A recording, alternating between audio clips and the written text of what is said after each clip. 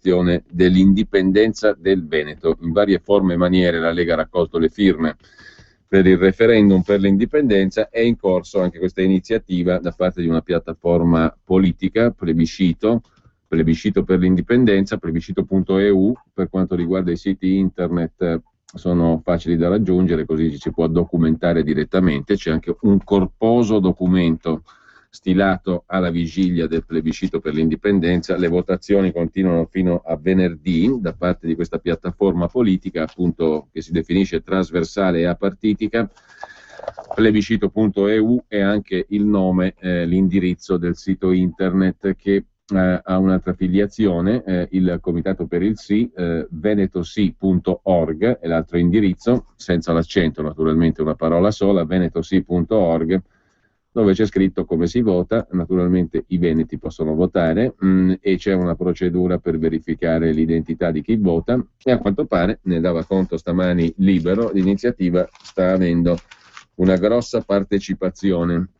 Sul sito in questione potete trovare i vari approfondimenti e anche le notizie e anche l'attenzione da parte dei mezzi di comunicazione, dei media stranieri però, perché fondamentalmente in Italia se ne è parlato molto poco. Per quanto concerne le altre notizie, prima di tornare specificamente su questo punto, avremo diversi ospiti, poi magari in prospettiva vediamo se riusciamo a contattare anche qualcuno del movimento medesimo di plebiscito. Comunque, intanto la prima pagina dell'Ansa di stamani, con la cronaca nera, la strage di mafia in Puglia, 3 morti, ucciso un bambino, i killer sparano contro un pregiudicato in auto, morta anche la compagna e illesi altri 2 bambini. Poi l'annessione della Crimea e il sì di Putin all'accordo e l'incontro Renzi-Merkel. Mentre c'è un'altra notizia, in prima pagina sull'Ansa, è scomparso un affresco da una domus a Pompei. Da circa una settimana si sono perse le tracce dell'affresco di Artemide che si trovava nella domus di Nettuno, degli scavi archeologici di Pompei, dove può succedere questo e altro. A Roma, morto il bimbo rimasto soffocato da un hot dog dell'Ikea, e poi c'è la questione di Berlusconi candidato alle europee. Non c'è altro in prima pagina stamani per quanto concerne l'agenzia ANSA, e intanto allora torniamo brevemente a questa iniziativa con un breve filmato dalla emittente veneta Antenna 3 News, che dava conto di questa iniziativa appunto del referendum. Vediamo se riusciamo a recuperare il video, adesso un attimo soltanto, e poi vediamo di recuperare appunto il video di questa iniziativa, questo breve servizio andato in onda su Antenna 3 News. Al via il referendum per l'indipendenza del Veneto. Da domenica 16 a venerdì 21 marzo 4 milioni di veneti sono invitati a partecipare alla consultazione popolare promossa da plebiscito.eu, piattaforma digitale costituita dal Comitato Trasversale degli Autonomisti. Il voto è possibile infatti via internet, ma anche al telefono o ai seggi elencati nel sito, dove si può pure attivare il codice di voto ricevuto altrimenti a casa attraverso una lettera. Il quesito infatti recita: vuoi che il Veneto diventi una repubblica federale indipendente e sovrana? Sì oppure no? Finora sono circa 500.000 gli aspiranti votanti che hanno effettuato la preregistrazione, ma l'obiettivo dei promotori è di arrivare a quadruplicare la partecipazione. Io credo che potremo superare anche i 2 milioni. L'iniziativa è stata significativamente lanciata a Venezia, in piazza San Marco, emblema della gloriosa storia della Serenissima, ma anche teatro di clamorose imprese degli indipendentisti, fra cui il celebre assalto al Campanile. E quel simbolo continua a colpire l'immaginario collettivo anche dei media internazionali. Questa troupe televisiva è arrivata appositamente dalla Russia. Venezia è una parte importante di Italia, un simbolo di Italia. Quando abbiamo letto che c'è il progetto di fare una regione indipendente Veneto, ci è sembrata una cosa molto interessante. Russia e Crimea, Italia e Veneto. Per gli indipendentisti anche i veneti sono un popolo oppresso dallo Stato centrale. Che non ne permette neanche di parlare la nostra lingua. We are not allowed to speak our language. That's the truth. We speak Venetian and we are not allowed to speak our language. Rivendicazioni che non hanno mancato di suscitare qualche momento di tensione con le forze dell'ordine. Se dite dici la verità non vi si preoccupa. Lei adesso viene in casa. Noi dice, vedi. Ma alle orecchie del Veneto il Comitato del Sì intende far sentire una nuova musica. Ogni anno noi ci vediamo sottratti 20 miliardi di euro. Con questo surplus finanziario finalmente noi potremo far ripartire la nostra economia e recitare nel mondo il ruolo che ci spetta. Questo era il servizio di Antenna 3 News. 20 miliardi è la cifra della rapina fiscale di cui tante volte abbiamo parlato, ma non sulla scorta di invenzioni o di propaganda, sulla scorta di numeri addirittura provenienti da un'istituzione dello Stato centrale, dai dati del Ministero dello Sviluppo Economico, del Dipartimento per le Politiche di Sviluppo, rielaborati poi da Unioncamere del Veneto. La ricerca ormai ha qualche anno, ma non perde di validità, perché ha fotografato quella che è l'entità della rapina da parte dello Stato centrale. Possiamo tranquillamente usare questo sostantivo, credo, perché è la semplice differenza fra il dare e l'avere. La differenza fra il dare e l'avere, su base volontaria e con accordo chiaro, politico, trasparente, e in termini contenuti, la potremmo definire solidarietà, ma quando ogni anno una regione lascia 20-21 miliardi di puro regalo nelle casse di uno Stato che poi ne fa l'uso che ne fa, e non sempre è un uso positivo, a quel punto forse il termine rapina è la parola giusta. Vale anche per il Piemonte, vale per la Lombardia, per l'Emilia Romagna. La Lombardia, pensate, lascia nelle casse di Roma qualcosa come 70 miliardi mediamente di euro all'anno. Il Veneto, la Lombardia, il Piemonte e l'Emilia Romagna sono le regioni più sfruttate d'Europa. Se pensiamo che la Catalogna, che si avvia sulla strada dell'indipendenza, regala a Madrid 15-16 miliardi ogni anno, più o meno, poco più di quel che regala il Piemonte, meno di quel che regalano Veneto ed Emilia Romagna, che si attestano sui 20-21 miliardi di residuo fiscale, cioè di differenza fra dare e avere, molto molto meno di quel che regala la Lombardia, appunto, con 70 miliardi. Adesso noi dovremmo, anche se stamattina il Consiglio regionale, buona parte dei nostri ospiti di stamani provengono da lì, dal Consiglio regionale del Veneto, c'è discussione proprio sul bilancio, per cui è un po' difficoltoso mettersi in contatto con gli ospiti, ma dovremmo averne diversi ospiti che possano commentare da una parte l'iniziativa della Lega, che ha raccolto, come sapete, le firme per la pronuncia di un referendum di indipendenza del Veneto, dall'altra questa iniziativa in corso per tutta la settimana fino a venerdì, e della quale si occupa ampiamente, come abbiamo letto stamani in rassegna stampa, il quotidiano Libero. In 2 giorni 700.000 veneti circa si sono espressi sull'indipendenza della regione Veneto, 430.000 nelle prime 15 ore. Attraverso il web si può votare per telefono oppure recandosi fisicamente ai seggi, che sono sparsi nelle 7 province del Veneto. Il quesito referendario è semplice: vuoi tu che il Veneto diventi una repubblica federale indipendente e sovrana? Dopodiché ci sono altri 3 interrogativi rivolti a una platea di 3.900.000 elettori veneti. Gli interrogativi, i quesiti referendari, oltre a quello principale, pongono il seguente problema: se il Veneto debba rimanere nell'Unione Europea, se debba mantenere l'euro e se in caso di rinascita della Serenissima Repubblica di Venezia debba far parte della NATO, dell'Alleanza Atlantica.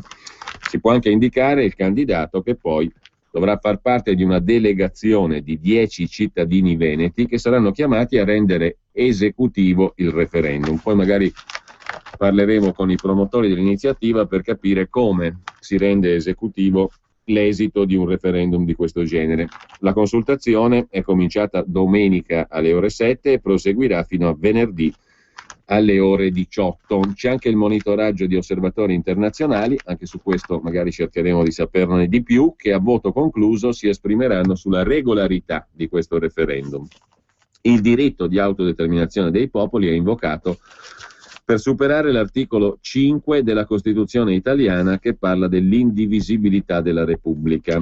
Dicevamo dell'attenzione dei media, nulla in Italia, ma Telegraph, Express, BBC, Independent e altre testate e quotidiani online tedeschi, svizzeri, austriaci, ma anche russi e turchi si sono interessati della questione. Oggi Libero pubblica anche l'intervento, stavamo leggendolo stamani in rassegna stampa, di Lodovico Pizzati, che è docente di Business Statistics, ha a che fare con i numeri, quindi per mestiere e per professione, alla California State University di Los Angeles. Quanto ci costa restare in Italia? È il punto che sottolinea il professor Pizzati, che poi sintetizza i numeri che più volte, a dire il vero, abbiamo dato e commentato, anche se non c'è bisogno di commento davanti a certi numeri. L'attuale pressione fiscale in Veneto è di 70 miliardi di euro. Il presunto ritorno in termini di servizi pubblici e trasferimenti monetari in Veneto di queste somme pagate dai cittadini veneti allo Stato è di 50 miliardi. Quindi 70 miliardi è quello che il Veneto dà, 50 è quello che presuntamente ritorna. Come minimo, scrive dunque il professor Pizzati, dall'indipendenza avremmo 20 miliardi di surplus, di avanzo, di soldi in più, da gestire come? Con meno tasse o con più servizi pubblici, semplicemente. 20 miliardi è circa il doppio dell'attuale disponibilità finanziaria della regione Veneto, scrive il professor Pizzati, ed è probabile che il surplus dello Stato Veneto sia anche molto di più di 20 miliardi. Tanto per cominciare avremo l'imbarazzo di non poter abbassare troppo le tasse in fretta per non creare una spirale inflazionistica nella nostra economia, scrive oggi Pizzati in questo articolo pubblicato a pagina 13 di Libero. Avremo anche troppe risorse per investire sul nostro sistema sanitario, sulle nostre scuole, e potremo permetterci finalmente di dare una pensione dignitosa ai nostri anziani. Abbassando le entrate fiscali, cioè meno tasse, e alzando la spesa, l'Italia ci lascerebbe in braghe di tela e avremo da pagare dottori e maestre, otteniamo un bilancio dei conti pubblici. La pressione fiscale calerebbe di circa il 20%, scrive Pizzati, dai 70 miliardi di euro di tasse che ora ci prende lo Stato centrale a immediatamente 55 miliardi nei primi anni di indipendenza. Le imposte indirette potrebbero essere ridotte del 25%. Questo significa che l'IVA sarà abbassata dall'attuale 22% al 15%. Come primo impatto è meglio non abbassare di più per attendere che il mercato si adegui e che ulteriori tagli non vengano compensati da margini più alti dei rivenditori. Dopo competerà a ogni provincia decidere se abbassare o alzare la propria IVA secondo un vero sistema federale. Ma intanto, con uno Stato veneto indipendente, tutti i prodotti con l'abbassamento dell'IVA possono costare immediatamente il 5-7% in meno. Secondo punto, sottolinea in tema di riduzione fiscale Lodovico Pizzati, questo articolo oggi su Libero. I contributi sociali, oltre al taglio delle tasse e delle imposte indirette, i contributi sociali non saranno più prelevati direttamente dal datore di lavoro, ma saranno inclusi nella busta paga come avviene in Danimarca. Questo significa che un operaio che al netto riceve 1.200 euro al mese e che all'ordo di IRPEF e di quelli che vengono chiamati contributi a carico del lavoratore se ne vedeva 1.900 euro al mese, con uno Stato veneto indipendente riceverà in busta paga il vero lordo, quello che lui effettivamente vale per il datore di lavoro, 2.500 euro, che comprende anche il 26,5% di contributi aggiuntivi che il lavoratore non vede, ma che lo Stato riceve ogni mese a suo nome. I contributi sociali saranno ridotti del 25% e invece di pagare 600 euro, il versamento per il nostro operaio scenderà a 450. Nei prossimi anni questi contributi saranno versati allo Stato veneto, ma non appena sarà meglio organizzato, ogni lavoratore potrà anche affidare i versamenti per la pensione a un'assicurazione previdenziale privata. E a questo punto tocca l'altro problema, quello del debito previdenziale, che è diverso a seconda delle regioni d'Italia. È una specie di replica di quanto si diceva prima per il concetto di residuo fiscale. Che il debito previdenziale sia diverso nelle diverse regioni d'Italia l'ha messo in luce l'unica finora disponibile ricerca fatta a suo tempo, sono ormai passati un po' di anni, 2005, dal professor Alberto Brambilla, il quale aveva evidenziato come il debito previdenziale sia in capo alle regioni più sprecone, diciamo così, anche dal punto di vista dello scialacquio di risorse pubbliche e del furto ai danni della collettività.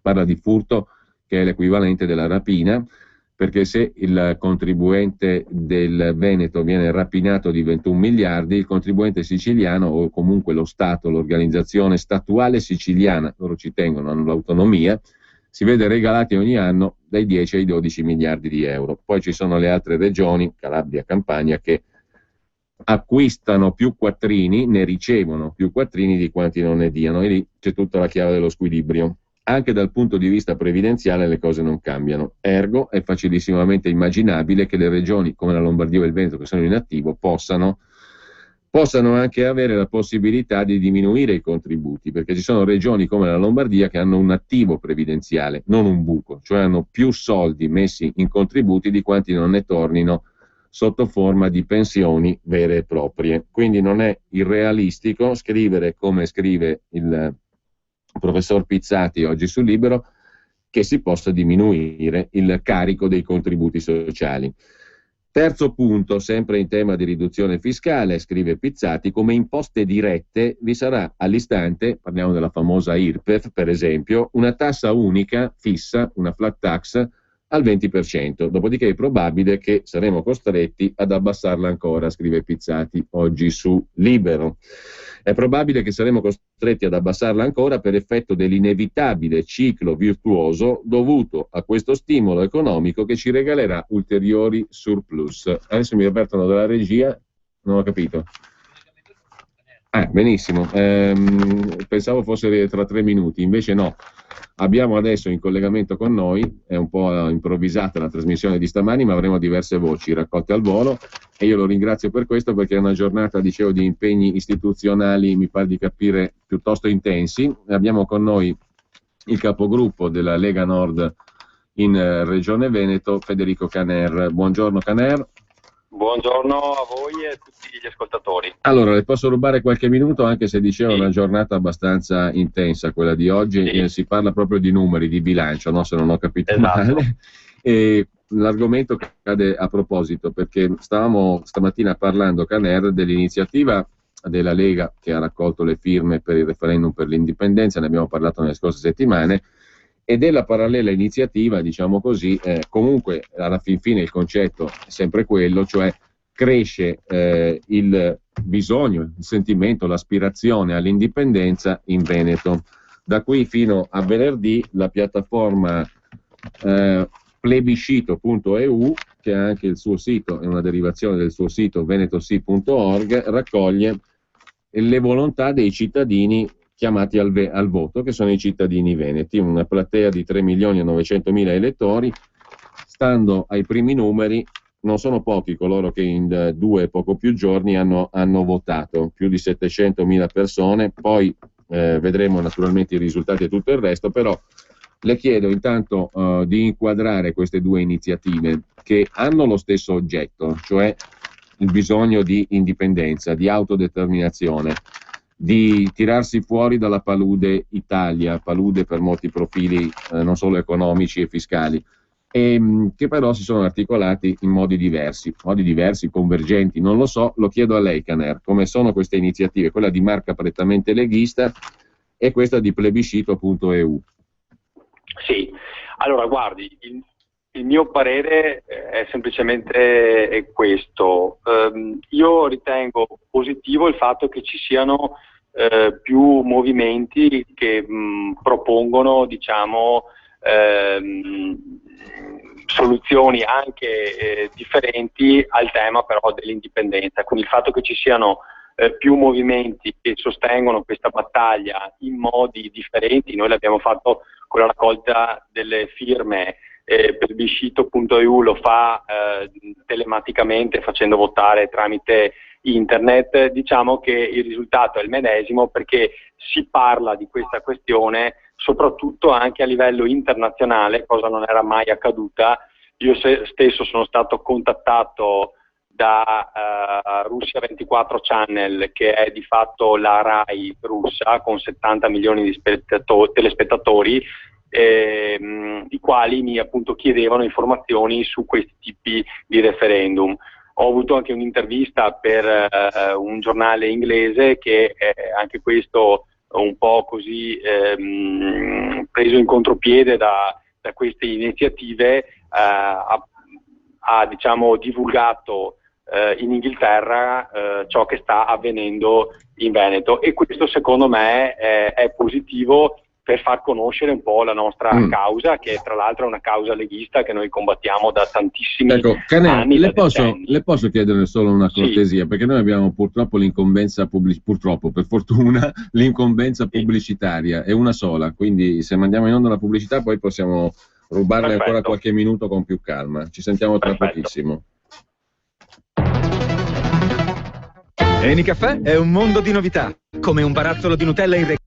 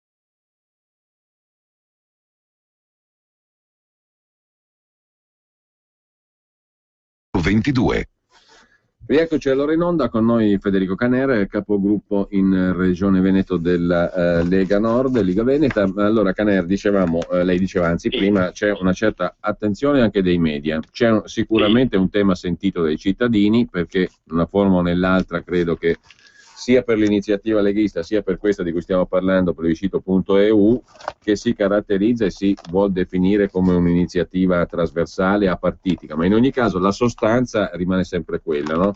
In Veneto c'è parecchia gente che... prego. Ma comunque volevo solo far notare che invece i media italiani se ne disinteressano, no? Lei è stato intervistato all'estero, infatti, però da noi no. Volevo arrivare proprio a questo concetto. L'aspetto positivo è che i media internazionali seguono con molta attenzione questa cosa. I media nazionali invece la stanno sottovalutando. Allora, per correttezza, è giusto dire ai nostri cittadini veneti che effettivamente questo tipo di consultazione, sia quella fatta dal plebiscito che la nostra, non è un referendum istituzionale, e voglio essere chiaro e ribadirlo questo per non creare anche false aspettative. Però è pur vero che è un sondaggio libero fatto con certi criteri e che comunque dà la possibilità anche a noi di capire, di sentire qual è effettivamente la volontà del nostro popolo, cosa che non è mai stata fatta fino ad ora. Quindi l'aspetto positivo della vicenda è del fatto che ci siano parecchi partiti indipendentisti o movimenti che si stanno muovendo da questo punto di vista. Crea un'attenzione che è appunto non solo locale ma anche internazionale, e questo è l'aspetto positivo. Poi c'è un aspetto secondo me meno positivo e sul quale bisogna lavorare e che mi consenta purtroppo è il problema del Veneto, il fatto che troppo spesso noi ci dividiamo in mille rivoli e purtroppo da questo punto di vista si rischia di perdere un po' di compattezza, e quindi abbiamo tantissimi movimenti indipendentisti che vanno un po' per conto loro, e se da un lato creano attenzione attorno a questa questione, dall'altro rischiano di disperdere energie. Quindi quello che chiediamo noi e che anche il governatore Zaia sta facendo è quello di dire: popolo veneto, cerca di unirti sotto un'unica bandiera, un'unica battaglia, e evitiamo di fare la cosiddetta scissione dell'atomo, perché si sta arrivando un po' anche a questo. Lo stesso partito di Indipendenza Veneto si è diviso in 3 tronconi per baruffe interne. Ecco, questo è un po' il problema del Veneto. Allora noi dobbiamo evitare queste cose qua, che purtroppo, io dico sempre, accadono in ogni settore del Veneto, anche a livello economico succede questo. Molto spesso gli imprenditori veneti non sanno fare squadra e non sanno fare rete, e questo è il motivo per cui il Veneto in tanti anni era un gigante economico ed è sempre stato un nano politico, proprio per queste difficoltà. Ora, evitiamo di fare lo stesso errore anche su una questione così importante come è quella del referendum. Tant'è vero che io dico: mi va benissimo l'iniziativa di plebiscito, dico anche ai nostri di votarla, ma chiedo anche ai rappresentanti degli altri movimenti di sottoscrivere, per esempio, le petizioni che la Lega fa, la raccolta firme che la Lega fa nei propri gazebo, perché in questo momento dobbiamo dimostrare l'unità del popolo veneto se vogliamo ottenere un risultato. Se andiamo in ordine sparso rischiamo di non riuscire a portare a casa l'obiettivo, anche perché le dicevo prima, sì, queste sono consultazioni che non hanno valenza giuridica.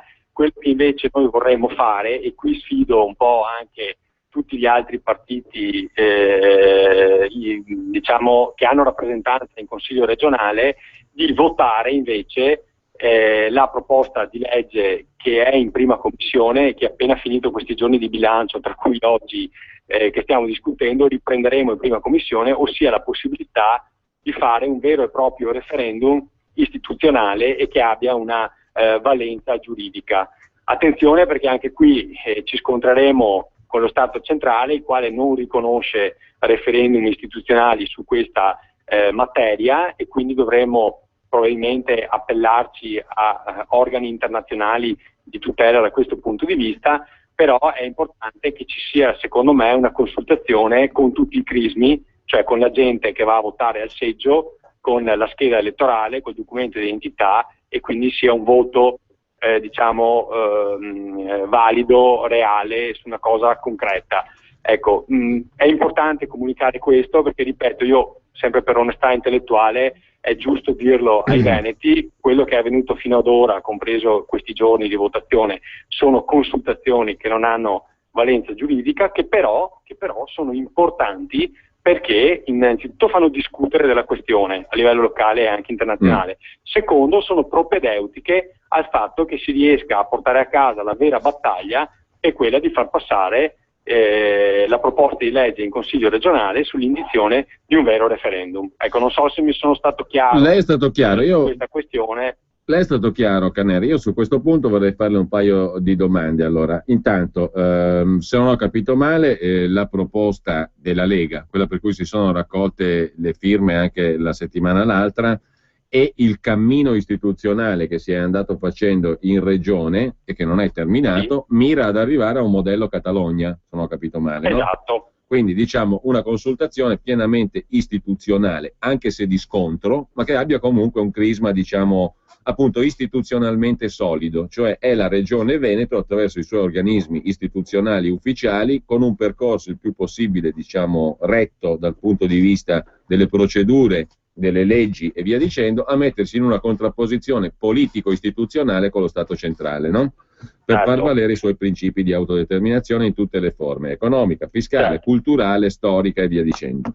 tra l'altro Certo. il Veneto ha alle spalle una tradizione anche storico-culturale che altre Sì. regioni possono non vantare con questa purezza, no? Detto questo per inciso, che non è tanto un inciso, ma comunque ha la sua importanza. Allora, punto primo, questo se non ho capito male. Punto, Sì, esattamente e le questo. chiedo qual è il percorso, a che stadio siamo di questo percorso istituzionale, visto che c'è alle spalle un percorso. Seconda domanda è questa. Ma con Sì. quelli di plebiscito.eu, così come con tutti i cittadini che, mi sembra, in Veneto hanno una sensibilità autonomista ormai piuttosto diffusa, è possibile concretamente un accordo, un confronto? C'è già stato? C'è in corso in questi giorni? Perché altrimenti lei diceva prima, rischiamo la questione della scissione dell'atomo, che sarebbe un assurdo, perché mi pare che invece la sensibilità popolare sul tema dell'autodeterminazione, dell'indipendenza, sia molto diffusa. Quindi abbiamo una popolazione potenzialmente incline, anzi parecchio incline, a considerare con favore questa ipotesi di indipendenza, e forze politiche o movimenti, diciamo, sociali, politici, sociali, che nascono dal territorio divisi. Sarebbe un controsenso, no? Sono perfettamente d'accordo. Noi stiamo discutendo con questi movimenti, anche lo stesso governatore lo fa, quindi siamo costantemente in contatto. Devo altresì denunciare il fatto che qualcuno tende un po', come si può dire, a valorizzare più il proprio ego personale che non la battaglia comune. Ecco, questo è un po' che mi preoccupa, perché vedo alcune anche dichiarazioni sui giornali o su Facebook dove per esempio si attacca anche il governatore Zaia su questa questione, secondo loro non ancora dentro appieno alla materia, mentre in realtà, oppure peggio ancora, qualcuno dice ma il governatore sta cavalcando questa cosa, però in realtà non sta facendo nulla.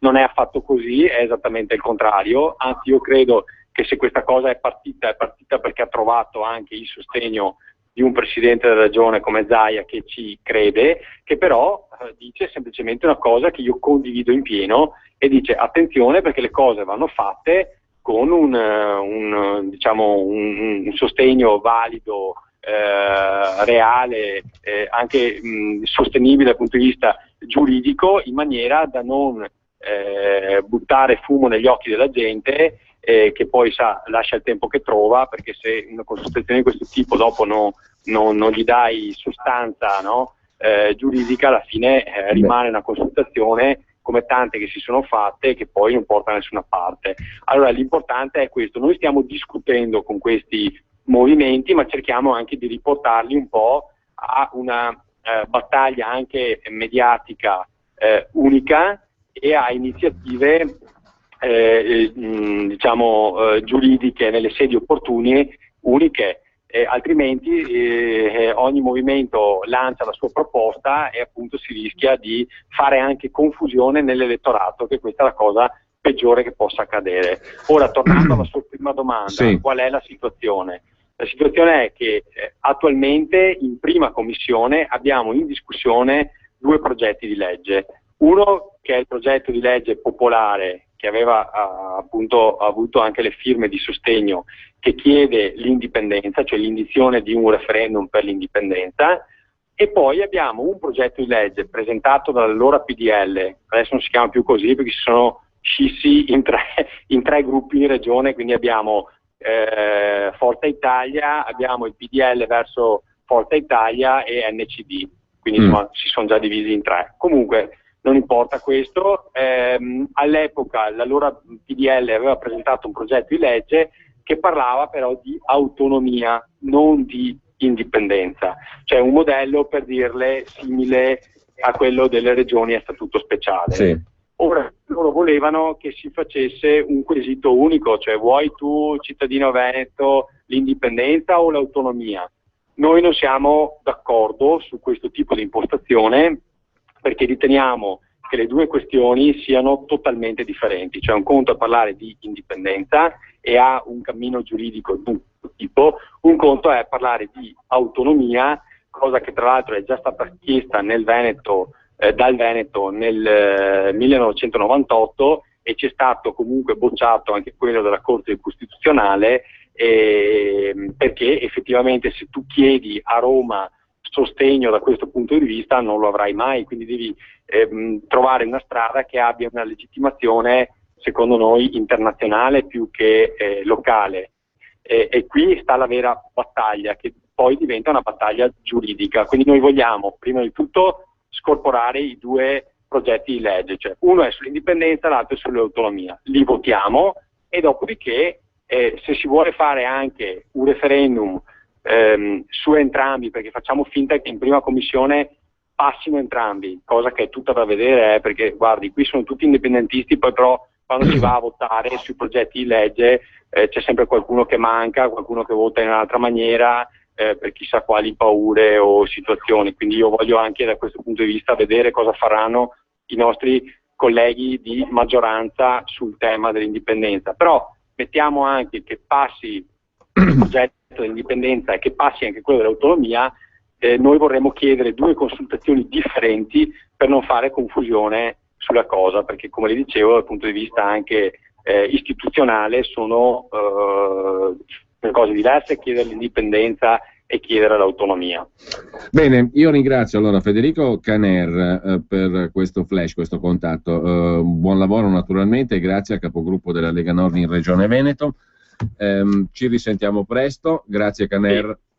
Grazie a lei e a tutti gli ascoltatori. Ma il nostro discorso prosegue e dovrebbe essere adesso collegato con noi, in diretta telefonica ovviamente anche lui, Luca Baggio, presidente della Liga Veneta, con il quale proseguiamo il discorso e direi anzi, grazie anche alla regia e a Roberto Colombo che sta dando una mano nell'organizzare questa trasmissione all'impronta, da stamani praticamente è nata così, e dicevo, direi anche che possiamo sentire le eventuali domande di chi ci ascolta. Si può intervenire in diretta chiamando allo 02 66 20 35 29, mandando un sms al 346 6427 756 o una mail all'indirizzo giulio.cainarca@radiopadania.net. Intanto do il buongiorno e il benvenuto a Luca Baggio, presidente della Liga Veneta. Buongiorno Baggio. Saluti a voi. Allora, abbiamo prima parlato con Federico Caner, abbiamo capito che ci sono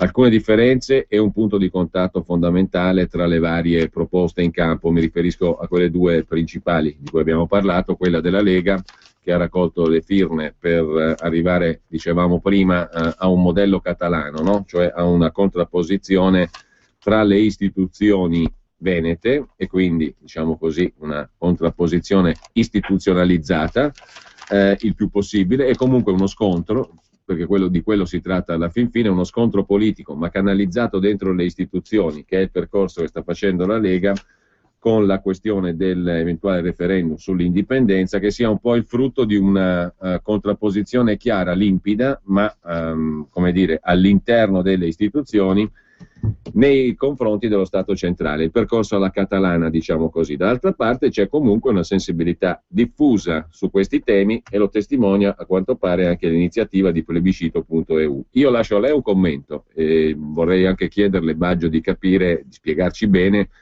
perché è importante, e questo l'accento che mette la Lega, questa strada, diciamo così, istituzionale, il che non vuol dire ingessata, no? Paralizzata, mi pare di aver capito. Vuol dire però fare le cose il più possibile per bene, per fare in modo che quando si chiede al cittadino veneto se vuole l'indipendenza, sia una domanda che possa preludere poi a un'azione concreta, non a raccogliere semplicemente le opinioni. Non voglio dire con questo che l'iniziativa di plebiscito.eu sia solo un sondaggio di opinioni, per carità.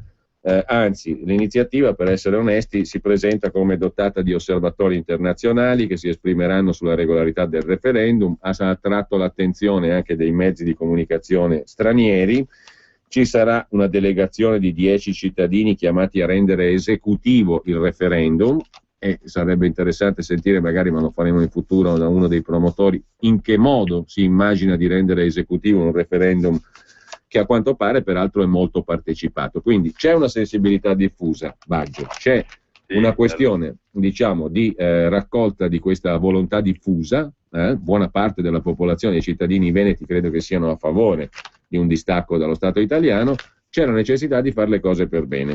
E qui insomma la questione si complica, anche perché sono anni che parliamo di questi temi, la Regione Veneto sta facendo un percorso forse ancora poco pubblicizzato e conosciuto, no? E l'iniziativa che è sorta invece da plebiscito ha fatto in qualche modo discutere anche del tema in senso più lato, però lascio a lei una valutazione, poi sentiamo anche le voci di chi ci ascolta.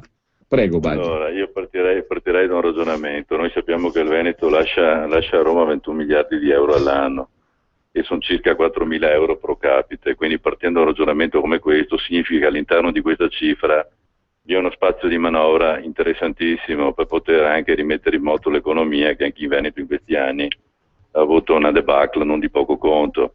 Se noi pensiamo alle centinaia di migliaia di disoccupati, alle decine di migliaia di aziende che hanno chiuso i battenti, è chiaro che il fatto di poterci porre in maniera seria rispetto all'autonomia è comunque un elemento importante che potrebbe rimettere in moto un certo tipo di vigore all'interno della regione. Quindi si è partiti a questo tipo di ragionamento. Partendo da questo, è chiaro che la strada deve essere una strada democratica e comunque all'interno delle istituzioni dove ci si muove. Quindi oggi il referendum, ad esempio, quello di plebiscito.eu, a questo momento pare abbia portato 700.000 persone ad esprimere un voto. 700.000. E si va fino a venerdì. Questo arriva fino a venerdì. 700.000 praticamente significa che quasi un Veneto e mezzo su due hanno espresso comunque un parere e hanno comunque votato, il che questo la dice lunga rispetto anche alla bontà dell'iniziativa e alla bontà di tutte le iniziative in corso, innanzitutto la nostra, quella della raccolta delle firme ai gazebo, il progetto di legge che è giacente in aula da qualche tempo in Regione Veneto, e questa iniziativa, che tra l'altro è un'iniziativa moderna perché è una consultazione di tipo digitale. E non solo, no? Non solo digitale, il telefono e i seggi, però anche digitale, principalmente 2/3 dei voti vengono da lì. Esattamente, ci sono qualche centinaio di seggi nel Veneto, altri hanno votato per telefono, quindi è una consultazione interessante, cioè sicuramente. Poi vi è la regia degli osservatori, quindi ritengo la cosa importante. Chi non ha votato ad oggi, a mio parere, va bene comunque esprimere un voto, perché comunque sia la base di tutti i ragionamenti, quando si tratta di un referendum di qualsivoglia genere, comunque c'è la possibilità di scegliere, o si è d'accordo o si è contrari. Sicuramente un fatto di apertura e democratico è il fatto di esprimere comunque un'opinione, quindi esprimere un voto. Certo, intanto se qualcuno vuole intervenire può farlo chiamando allo 02 66 20 35 29, in questo momento apriamo le linee. Con noi c'è Luca Baggio, presidente della Liga Veneta. Vorrei chiederle però, Baggio, se a questo punto le diverse iniziative, prima abbiamo puntualizzato con il capogruppo in regione della Liga, Caner, il senso dell'iniziativa, diciamo così, istituzionale, no? Quella di cui si va occupando la Giunta e il Consiglio regionale del Veneto, e dall'altra parte c'è questo fermento popolare, diciamo così. Allora, le iniziative possono essere congiunte, andare sulla stessa strada, secondo lei sulla base dei fatti e non secondo un'opinione così, semplicemente secondo una sua opinione. Di fatto, diciamo, queste iniziative possono percorrere la stessa strada. Sono convergenti. Ecco, allora abbiamo intanto 2 telefonate, sentiamo subito chi ci ascolta. Ripeto il numero di telefono: 02 66 20 35 29, sms 346 6427 756. Pronto? Pronto? Buongiorno. Buongiorno a voi e buona Padania, anzi buona serenissima. Allora, sono Arturo da Padova e vorrei un'informazione possibilmente. Non a tutti sono arrivati i documenti dove ovviamente si tratta per vedere il numero di riferimento per poi votare, no, per via internet e così via. A quelli che non sono arrivati ma che comunque sono andati a firmare il gazebo, cosa possiamo dire a queste persone?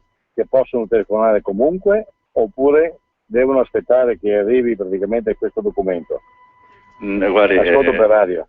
Sì, guardi, la cosa è leggermente diversa. Noi abbiamo raccolto le firme come movimento i giorni scorsi e abbiamo fatto una petizione che poi dovrebbe essere presentata in Regione Veneto alla fine della raccolta. Per quanto riguarda la consultazione digitale o quella di plebiscito, per intenderci, qualcosa a molti comuni è arrivata attraverso la posta, l'indicazione di come poter votare. In una buona parte invece bisogna entrare direttamente nel sito di plebiscito, lì praticamente esce una maschera nella quale vanno inseriti i dati, attraverso i dati viene dato un numero di riferimento e con quel numero si può votare. Quindi l'invito è sia a sottoscrivere la petizione nostra e comunque attenti alle modalità di voto proposte da plebiscito. Il sito è plebiscito.eu, lo dico per chi volesse diciamo, documentarsi anche, e oltretutto c'è anche un corposo documento che è possibile leggere e scaricare naturalmente sulle ragioni dell'indipendenza, che si riassumono nel numero, partono anzi dal numero che abbiamo dato prima e sul quale più volte ci siamo soffermati qui a Radio Padania, che è quello del residuo fiscale, cioè la differenza fra dare e avere. 20 miliardi e passa di regalo all'anno sono francamente qualcosa di insostenibile. Da una parte 4.000 euro pro capite. Sono una cifra inimmaginabile, più di quello che la Catalogna lamenta di dover dare a Madrid, tanto per capirci, anche se il record in Italia lo detiene la Lombardia, che ha più abitanti del Veneto, quasi il doppio, ma lascia più del triplo, 70 miliardi di euro all'anno. 2 telefonate, 02 66 20 35 29. Pronto? Pronto? Buongiorno. Buongiorno. Volevo fare una piccola domanda all'uomo lì. Quale sarebbe il male se per caso la Roma o il governo accetta indipendenza o autonomia o roba del genere, accetta per il Veneto? Quale sarebbe il male? Non trovo niente di male. Grazie. Beh, non credo che neanche Luca Baggio ci trovi qualcosa di male. Comunque c'è un'altra chiamata. Pronto? Sì, pronto, sono io? Buongiorno. Buongiorno a voi. Io telefono dalla Lombardia, purtroppo noi non abbiamo ancora votato, ma ci attiveremo. Sono contenta per il popolo veneto, però volevo chiedere una cosa agli organizzatori, perché abbiamo sofferto anche noi quando votammo per l'indipendenza della Padania, il fatto che poi all'aspettativa, alla speranza non sortì nulla di concreto. Come intendono attuare il referendum? Ecco, questo è un altro punto, quello dell'efficacia di queste iniziative qua, no? Ed è un punto importante per la verità. C'è una terza chiamata, poi la parola a Luca Baggio. Pronto? Sì, pronto, sono Marisa della provincia di Treviso. Io ho votato e coinvolto la mia famiglia quando c'erano i gazebi della Lega per l'indipendenza del Veneto. È chiaro che in questo periodo con il passaparole si è fatta un po' di pubblicità e quindi questi adesso raccolgono i frutti che avrebbero dovuto essere precedentemente della Lega. Bene, allora diciamo rivendicazione dell'iniziativa di parte, però qui il punto fondamentale a me sembra di capire è questo qui, cioè l'efficacia di queste iniziative, perché su questo ormai, voglio dire, si gioca tutta la partita, anche della credibilità di chi le propone, no? Io c'ero la prima signora che si parlava del voto per l'indipendenza della Padania, io c'ero, mi ricordo perfettamente, raccogliemmo qualche milione di firme all'epoca, poi la cosa restò a Roma e l'interlocutore all'epoca era Roma. Per cui a Roma se ne fregarono ampiamente di quelle delle firme raccolte. Oggi questo è superato perché l'interlocutore diventa l'Europa e grazie all'attività fatta anche dal segretario federale nostro Matteo Salvini sui tavoli europei, laddove grazie a un'unione con altri esponenti di partito si è riusciti comunque a riportare un nuovo concetto di Europa, ossia l'Europa dei popoli, no? Proprio per questo motivo il peso è decisamente diverso. Oggi l'interlocutore principale diventa l'Europa e lì abbiamo i nostri, e non soltanto i nostri, qualcun altro che ci darà una mano. Quindi questa è la prima risposta. La seconda risposta è quella della signora che chiedeva questi in qualche modo ci hanno preso la traccia. No, in realtà non ci interessa, perché l'obiettivo, se i percorsi sono diversi, noi ragioniamo con 4 rivoli d'acqua che confluiscono in un torrente, a noi va bene comunque, perché noi puntiamo al torrente. ed è il principio originario del nostro movimento. Noi nasciamo proprio per l'autonomia, per il federalismo e poi per l'indipendenza. Cioè, tutti i messaggi che la Lega ha sempre dato nel corso degli anni, e poco conta come ci si arriva, l'importante è arrivarci. Se l'idem e sentire riguarda 4, 5, 6, 7 gruppi politici diversi, poco cambia, anzi significa che il messaggio che noi abbiamo lasciato in questi 20 anni qualcuno è riuscito a farlo proprio. Bene, allora io ringrazio per questo breve flash di collegamento anche Luca Baggio, Presidente della Liga Veneta. Ci risentiremo naturalmente e torneremo sull'argomento. Grazie, buon lavoro, buona giornata Baggio. Grazie a voi. Saluti a tutti i radioascoltatori. Grazie a lei. Noi proseguiamo però sullo stesso discorso e lo facciamo anche con Roberto Ciambetti, il nostro prossimo ospite, assessore al bilancio della Giunta regionale del Veneto. Buongiorno Ciambetti. Buongiorno a voi e a tutti i radioascoltatori di Padania Libera. Allora, se qualcuno vuole intervenire con sintesi estrema, perché abbiamo 5 minuti a disposizione con Roberto Ciambetti, può farlo allo 02 66 20 35 29 oppure mail giulio.cainarca@radiopadania.net. Direi che la questione, a questo punto abbiamo già parlato prima con Caner e con il Presidente Baggio, la questione, Assessore Ciambetti, è una, no? Quella di dare efficacia a un'iniziativa che in pratica vuole, io dico un'iniziativa, anche se le iniziative sono diverse, però molteplici, diverse, però insomma mi pare di capire che la sensibilità politica dei cittadini del Veneto sia abbastanza uniforme su questo, o comunque ci sia una maturazione di uno spirito indipendentista che non si può trascurare. Lo dicono anche i numeri, che la consultazione di plebiscito.eu, della quale stiamo parlando stamani anche sulla scorta di alcuni articoli di giornali, sia una consultazione partecipata. Credo di sì, insomma, a meno che i numeri siano gonfiati. Quindi testimoniano che l'interesse sul punto c'è. Il punto è rendere concreto tutto questo percorso, no? Fattibile. Proprio questo, cioè quello che noi abbiamo riscontrato come Lega Nord anche nei gazebo di 2 settimane fa è che proprio la gente in questo momento vede come possibile soluzione ai propri problemi quello di uscire dal sistema italiano, perché appunto marcio, perché non riesce ad autoriformarsi, perché non vuole applicare i costi standard, perché non vuole appunto spendere bene i soldi pubblici. Quindi la sensibilità del popolo veneto è proprio questa di dire: troviamo una strada che sia appunto indipendentista e che metta il Veneto in condizioni di poter competere con il resto del mondo, con il resto d'Europa. Quindi tutte le iniziative che vanno verso questo obiettivo, secondo me in questo momento sono positive.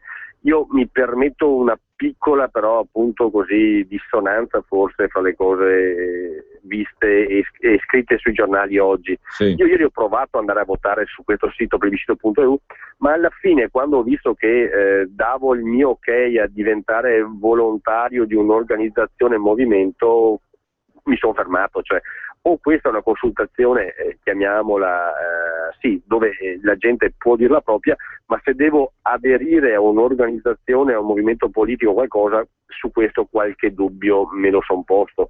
Quindi ecco, io mi auguro che in Consiglio regionale, anche sulla spinta di quello che sta avvenendo, anche gli alleati più recalcitranti, ma aperto a tutti i componenti di Consiglio regionale, ci sia fra qualche settimana l'approvazione del progetto 342 per indire un referendum sull'indipendenza del Veneto, un referendum che sia diciamo elettoralmente valido, ed è questo che può anche nei confronti di uno Stato centrale appunto lontano e sordo far capire che il Veneto non ne può più.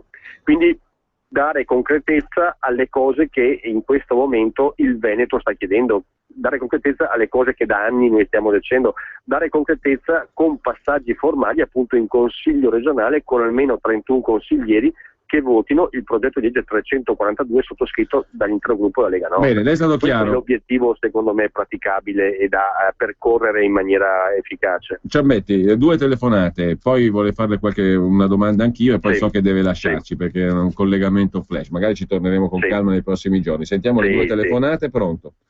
Pronto, buongiorno. Buongiorno. Posso parlare? Buongiorno, prego, Claudio Giangirolami. Telefono dal Veneto, anzi dalla provincia di Milano. l'altro sabato, quei 2 giorni di pioggia tremendi, ho cercato assolutamente, ma non ci sono riuscito, di andare a votare nei gazebo. Avevo una copia della Padania dove c'era scritto che a Milano in piazza non c'era niente. Mi sono allontanato, sono andato verso, diciamo, Padova, e sono passato a Santa Maria di Sala, non c'era niente. Può fare la domanda però in sintesi? In sintesi, io vorrei votare, anche perché io 14 anni fa ho seppellito mia madre con la bandiera del leone, facendola breve, mio padre con quella della Padania, e niente, voglio votare, ma non ce l'ho fatta. Ho fatto 20 chilometri sotto la pioggia, io ormai ho una 60ina d'anni e non sono riuscito. Va bene. Premetto che sono un vecchissimo militante della prima Liga Veneta, Lega Nord, quando era ancora nel 94, 93, 94, specialmente il 95 al congresso.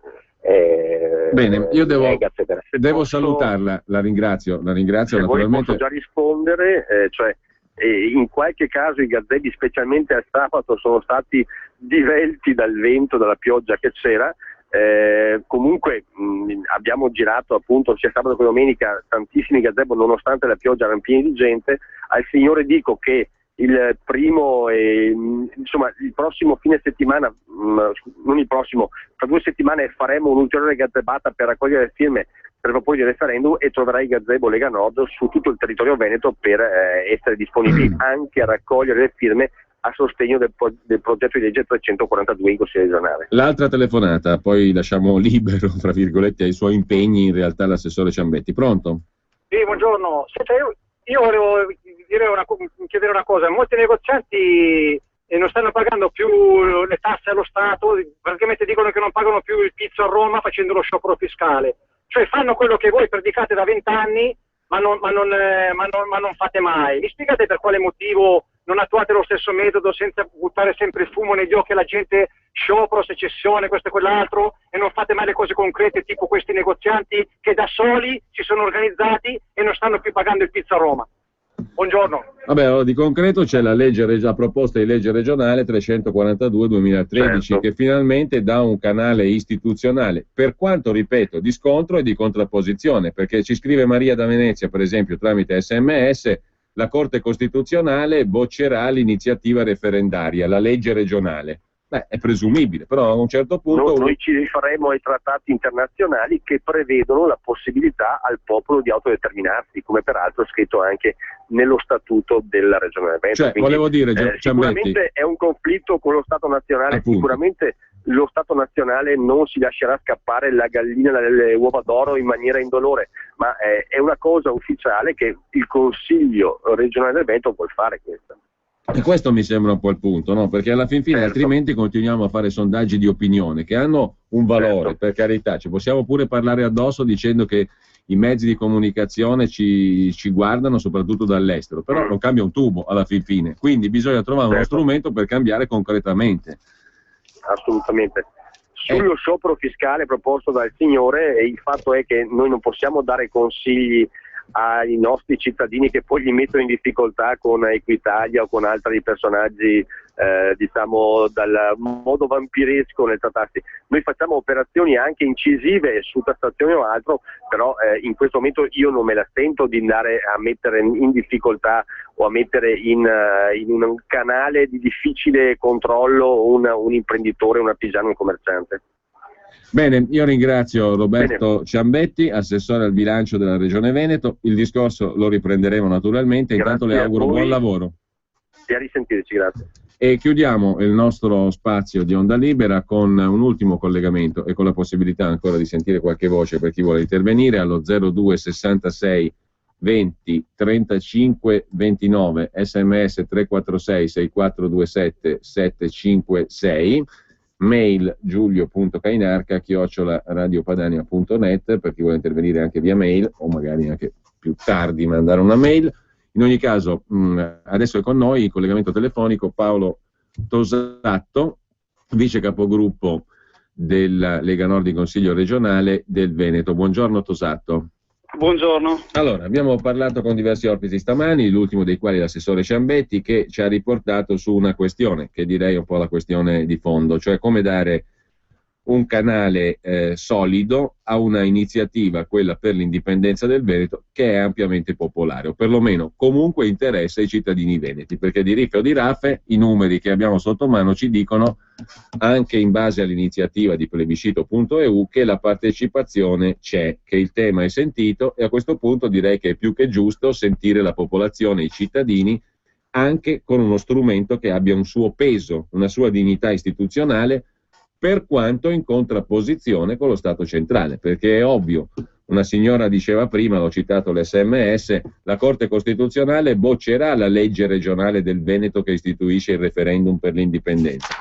È presumibile, magari è certo, chi lo sa, però è ovvio che si entra in una contrapposizione con lo Stato centrale, questo mi sembra chiaro, però un conto è entrarci a livello, come dire, così, di opinione, di pensiero, di iniziative referendarie su internet e via dicendo, che sono importanti, per carità. Un altro conto però è trovare il canale istituzionale attraverso il quale fare una battaglia di contrapposizione netta, ma da dentro le istituzioni, e chiamando il popolo a esprimersi attraverso quelle istituzioni, che poi diventeranno uno strumento di contrapposizione con lo Stato centrale. Il percorso, insomma, catalano, per capirci, no? Un po' questa mi sembra la chiave di volta di tutto il discorso, perché sennò continuiamo a parlarci addosso e passano anni, o no? È proprio così, cioè dopo 20 anni di trattativa nei palazzi di Roma, dove i cambiamenti avvengano solo se anche le altre forze politiche sono d'accordo, e i partiti nazionali, è evidente che sulle riforme dell'autonomia e della libertà del Veneto, del Nord, non saranno mai d'accordo, ci hanno preso in giro per 20 anni.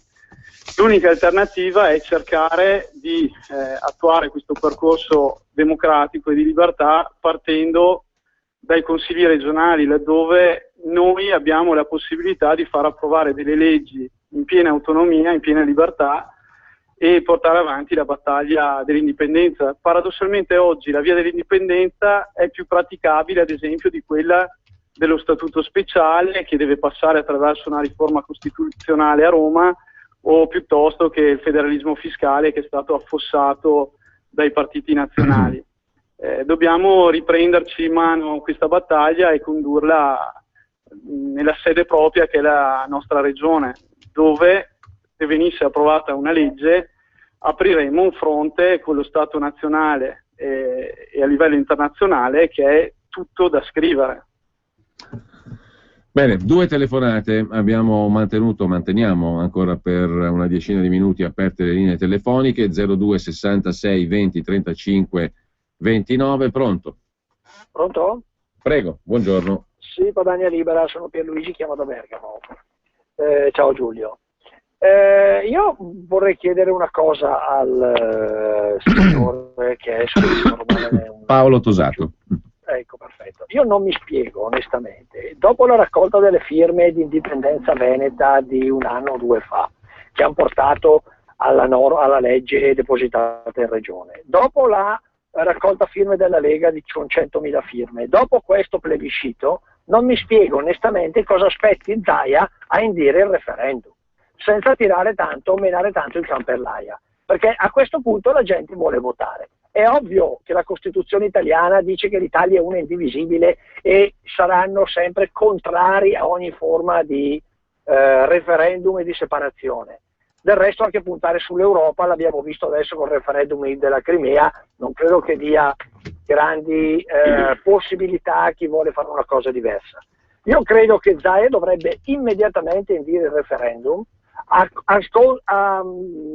a costo di scontrarsi con gli alleati, perché anche se decadesse questa giunta e questo consiglio regionale, dopo aver fatto il referendum, a mio parere, Zaia sarebbe rieletto con il 95% dei voti. Forza, facciamolo sto referendum, inutile continuare a raccogliere firme e poi tenerle in cantina. Padania Libera, ciao, grazie. Altra telefonata, pronto? Buongiorno a tutti e due, Lisetta. Buongiorno. Mi ha molto colpito il fatto che il futuro Stato indipendente veneto sarà legato alla NATO. Questo è un fatto che ci lega sempre un padrone, via dagli italiani ma sotto gli americani, che forse è peggio. No, non ci siamo. Spero che questa clausola in futuro venga tolta.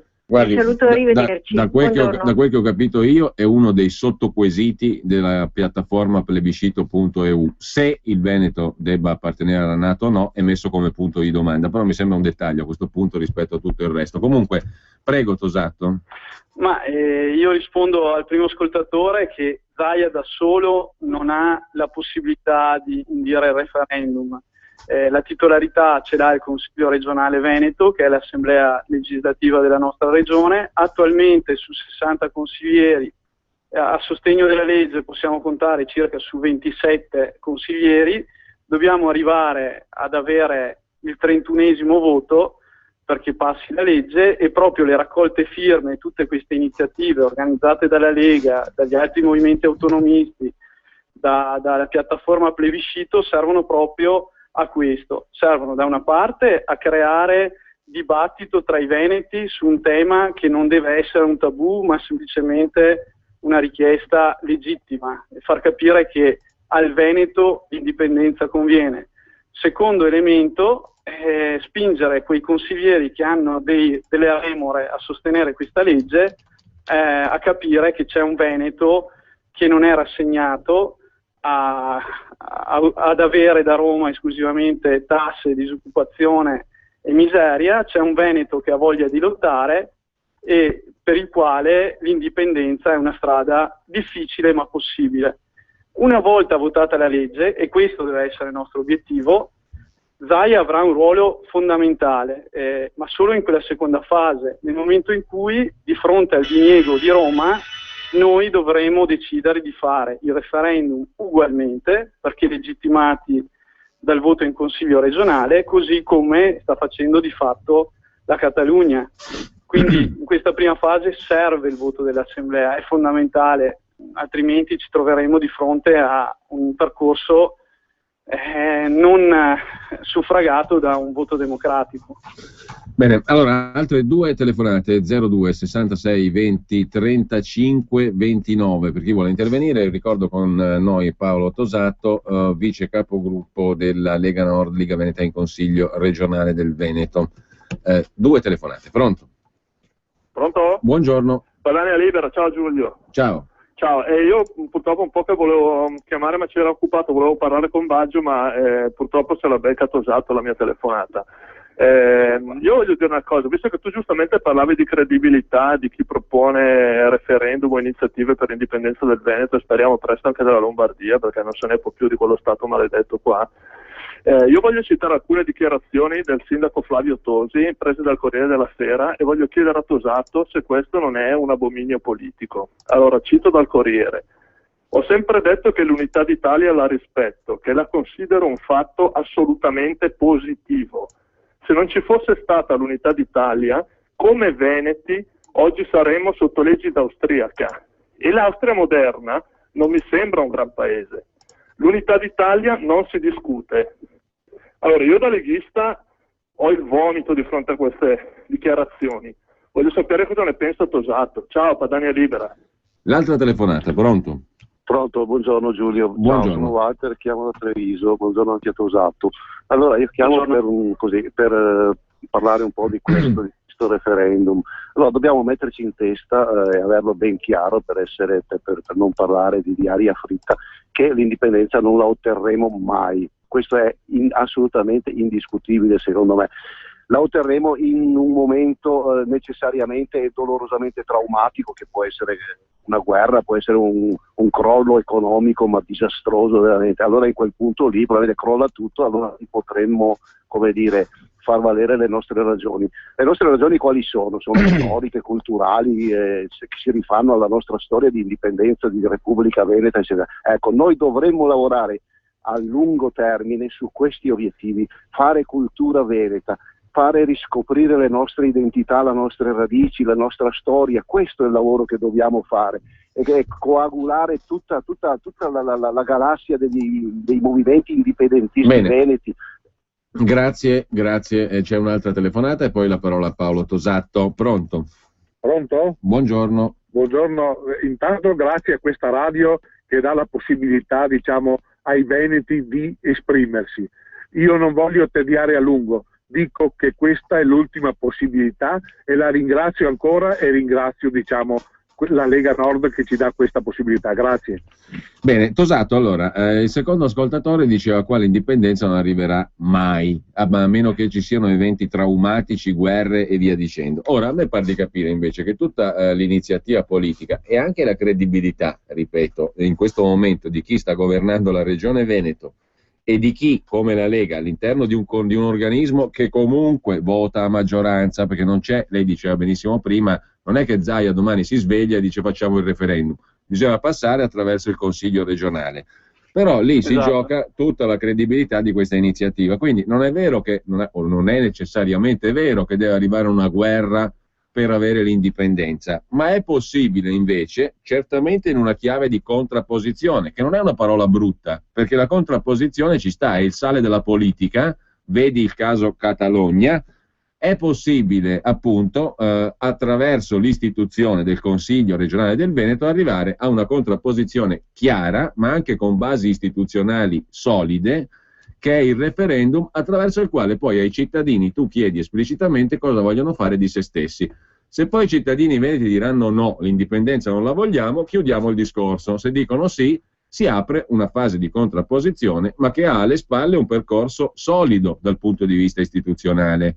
Anche la Lombardia ha nel suo statuto la possibilità di fare referendum, per quanto per questioni di interesse regionale, ma io credo che sia una questione di interesse regionale quella che si stanno ponendo i Veneti e la Lega Nord in Veneto, la Liga Veneta in questo momento, cioè avere come finalità quella di permettere ai propri cittadini di potersi esprimere liberamente sulla prospettiva dell'indipendenza. L'ho fatta lunga, però credo che alla fine il punto sia questo qui, perché se no continuiamo a parlare, no? Ma esattamente, innanzitutto in Consiglio regionale noi non chiediamo ai consiglieri che non sono della Lega Nord di votare la dichiarazione di indipendenza del Veneto. Però consentite al cittadino di scegliere, per la miseria, cioè di potersi esprimere. Esatto, quello che è in discussione è il diritto dei veneti di decidere il proprio futuro, il proprio destino. Quindi noi stiamo puntando su questo argomento per convincere anche i colleghi dei partiti nazionali del centrodestra, perché il PD è colonna portante del sistema centralista e non ci pensa neanche lontanamente a votare a favore di questa proposta di legge, di capire che in gioco è il diritto di libertà del popolo veneto. Secondo argomento, l'aspetto identitario è importante. In Veneto, nonostante si sia cercato di soffocarlo e in parte lo Stato ci sia riuscito, esiste ancora, però non è sufficiente. L'altro argomento in realtà non è che sia tanto diverso da quello che ha detto l'ascoltatore, che pure aveva i suoi dubbi, è il crollo economico. Beh, se noi non stiamo assistendo al crollo economico di una delle economie più forti del mondo, costruita non grazie agli aiuti di Stato, ma costruita col lavoro dei veneti che sono diventati da poveri agricoltori, mezzadri, a piccoli imprenditori, artigiani, hanno creato ricchezza, non so quale altra crisi economica vogliamo vedere di fronte ai nostri occhi. Vogliamo vedere l'azzeramento totale del nostro sistema produttivo. Noi stiamo vivendo una delle crisi epocali del sistema veneto. Noi dobbiamo fare una battaglia di legittima difesa: o lasciamo che lo Stato distrugga tutto, o prima che sia troppo tardi alziamo la testa e non ci facciamo più trattare da servi come abbiamo fatto negli ultimi 50 anni. Tosato, il referendum ha questo significato. Abbiamo 3 minuti e le ultime 3 SMS che ciascuno a suo modo pongono comunque questioni credo rilevanti. Allora, in Regione Veneto abbiamo la maggioranza, scrive Andrea di Montebelluna. Allora di cosa stiamo discutendo? Stiamo discutendo che appunto il PDL o i 3 partiti che ne sono nati insomma devono decidersi, permettere ai cittadini veneti di esprimere la loro opinione tramite un referendum, credo, però poi ci risponderà meglio lei, Tosato. Poi seconda questione, scrive Rudy, quando potremo fare lo stesso in Lombardia? Bellissima domanda. Mentre la terza questione da Parma, Simo da Parma, attenzione perché con la riforma del titolo quinto stanno ventilando l'idea di abolire le regioni, e questo è un altro punto vero, potrebbe essere una spada a doppio taglio, bisogna cogliere il momento storico. È un altro punto vero nel senso che par di capire che l'andazzo a Roma di questi tempi, Renzi compreso, anzi Renzi l'ha detto esplicitamente, sia quello di mettere mano alla riforma del titolo quinto per centralizzare tante competenze e quindi anche risorse che non sono mai state federalizzate, però insomma a maggior ragione verranno riportate al centro adesso. E dall'altra parte la riforma del Senato non si può chiamare riforma del Senato delle autonomie, è una pagliacciata di Senato, diciamo così, che viene integrato poi da rappresentanti di nomina regia, 21 scelti dal Presidente della Repubblica. Quindi insomma l'aria a Roma è di ricentralizzare, portare al centro, no? Di questo va tenuto conto. Prego, Tosato. Ma allora, sui numeri, e come dicevo, noi possiamo contare su 60 consiglieri, sul voto dei 20 consiglieri del gruppo Lega e di un gruppo che fa parte di questi 20 che si è staccato, più qualche altro consigliere sparso, fra cui 4 che hanno aderito al gruppo di Forza Italia, e quindi siamo sui 27, come dicevo. Dobbiamo cercare di ottenere il sostegno di altri colleghi dell'ex PDL, per intenderci. Sulla questione generale delle autonomie, ma io credo che qui in realtà Roma sta facendo un gioco molto sporco, nel senso, partendo dalla legittima insoddisfazione e rabbia della gente nei confronti della politica, sta cancellando ogni forma di democrazia rappresentativa, perché si eliminano le province, ma di fatto la struttura, la burocrazia delle province rimane, si toglie solo la rappresentanza elettiva dei cittadini. Si mette in discussione le regioni, ma in realtà quello che si vuole mettere in discussione è l'autonomia dei cittadini, dei territori, di votare i loro rappresentanti, ma l'apparato rimarrà e tutti i costi non verranno cancellati. Il disegno di Roma è molto chiaro, ci deve essere il cittadino e di fronte a lui solo la classe burocratica dello Stato, nessun altro. Il cittadino non avrà più la possibilità di eleggere i suoi rappresentanti che nel bene o nel male, a volte purtroppo, cercano di mediare tra i diritti individuali dei cittadini e la burocrazia che rappresenta il vero potere dello Stato. Questo è il disegno, viene venduto come un disegno di riduzione dei costi, di razionalizzazione, ma non ho ancora visto un burocrate romano, il potere romano, che decide di ridurre il numero dei dirigenti, dei funzionari, del proprio apparato. Quindi è evidente che è una falsa battaglia quella che sta combattendo, è un modo per accattivarsi la simpatia del popolo, della gente. Bene, allora noi ci salutiamo qui. Grazie a Paolo Tosato, consigliere regionale e vice capogruppo del gruppo della Lega in Consiglio regionale del Veneto. Grazie Tosato. Grazie a voi. Ci risentiamo presto perché l'argomento è destinato a essere oggetto di attenzione, non solo nostra, ma credo anche di moltissime altre persone. Quindi grazie Tosato e a risentirci. Grazie, arrivederci.